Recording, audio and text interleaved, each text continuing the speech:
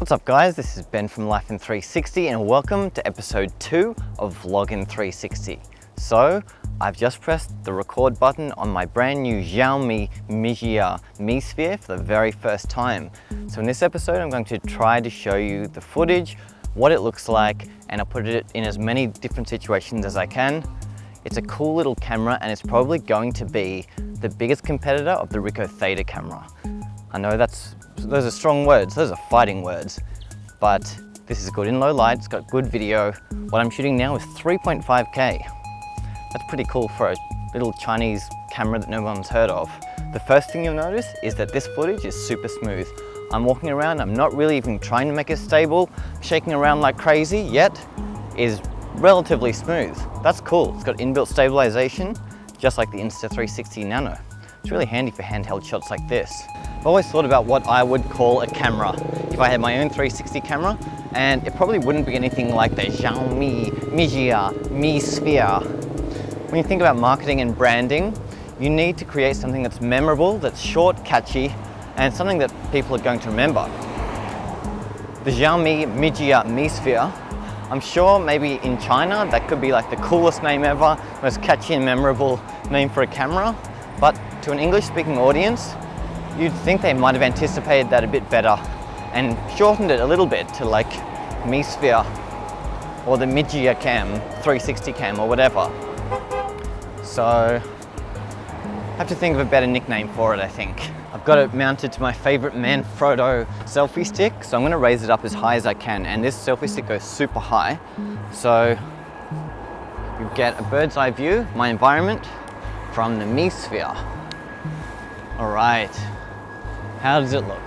I feel like I'm holding up a fishing rod with very, very expensive bait. Just on my way to the gym, and I thought it was time to get out of the house, clear my head a bit.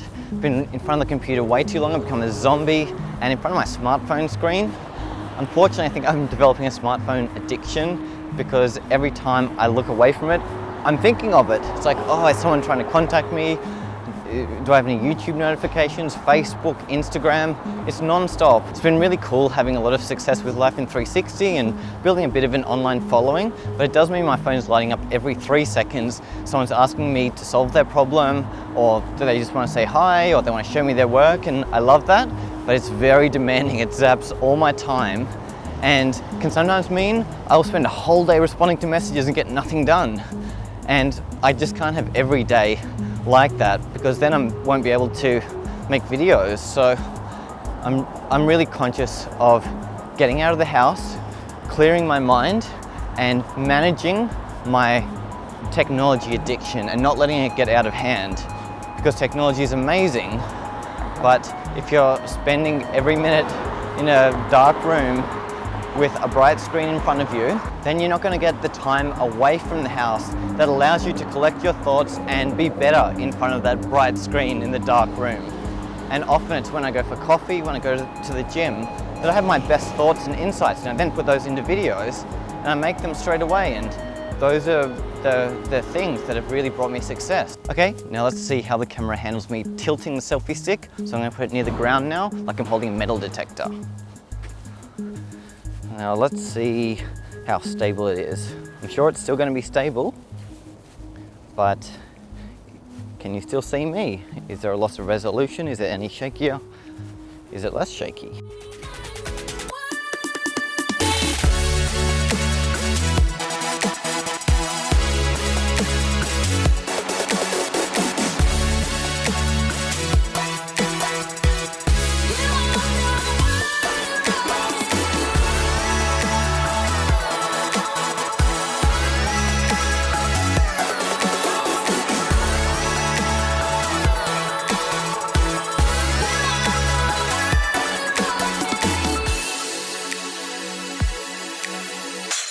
You're gone, I keep remembering details, small gestures of love, the truth in your smile. Those simple things would happen every day. I miss them awfully.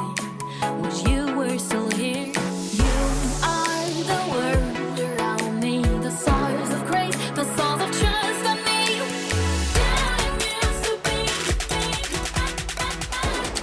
Done.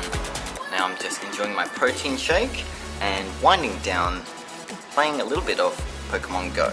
Oh, is that a Magikarp? It is. I know it seems like a waste of time catching 400 candies worth of Magikarp, but you gotta put in the hard yards to get the big rewards. No! Come on. Come on, Magikarp. Get in my ball. Yes! Low light. Had to do it. How does this look? This camera is going to be one of the better low light performers from what I've heard and seen so far, which is one of the many reasons there's going to be a competitor to the Theta S. The Theta S is the only good low light photo camera at the moment, so I'm very interested to see how this footage looks, and I'm pretty confident the low light photos are going to look amazing because you can do a 32-second exposure, which means you can bring out stars in the sky. Okay, so I've just finished editing the video up to this point, and a few observations. Firstly, that footage looks amazing. When I'm walking, it's so damn smooth. It's like I've got a gimbal underneath the camera, yet there's nothing. That is amazing. Also, the dynamic range, the clouds were so clear, the highlights, the shadows, they were all perfectly exposed. I was really happy with those two things. Awesome. This is going to be an amazing camera. There are some issues though, and I'm still getting to the bottom of them. Things like unlevel horizons, seam lines where you can see heat lines around them, and a few others. I'm actually having Wi-Fi connectivity issues, which will probably delay my review that's going to be coming out really soon. So I will get that to you as soon as I get through these issues. So far so good, but do stay tuned for my official review because I'm going to go through all the strengths and weaknesses of this camera, because it's not going to be perfect, but it's going to be damn near perfect. So stay tuned for that. Subscribe if you haven't already for the next episode of Vlogging 360. And if you want to learn the art of tiny planets, I wrote an ebook about it that will teach you absolutely everything you need to know to do cool shit like this, like what you've just seen, very quickly and easily with any 360 camera, so feel free to check it out. Alright, until next time, keep living your life in 360. This is your boy BC, coming at you from his home planet of Sydney, Australia, and I'll see you in the next episode. Bye.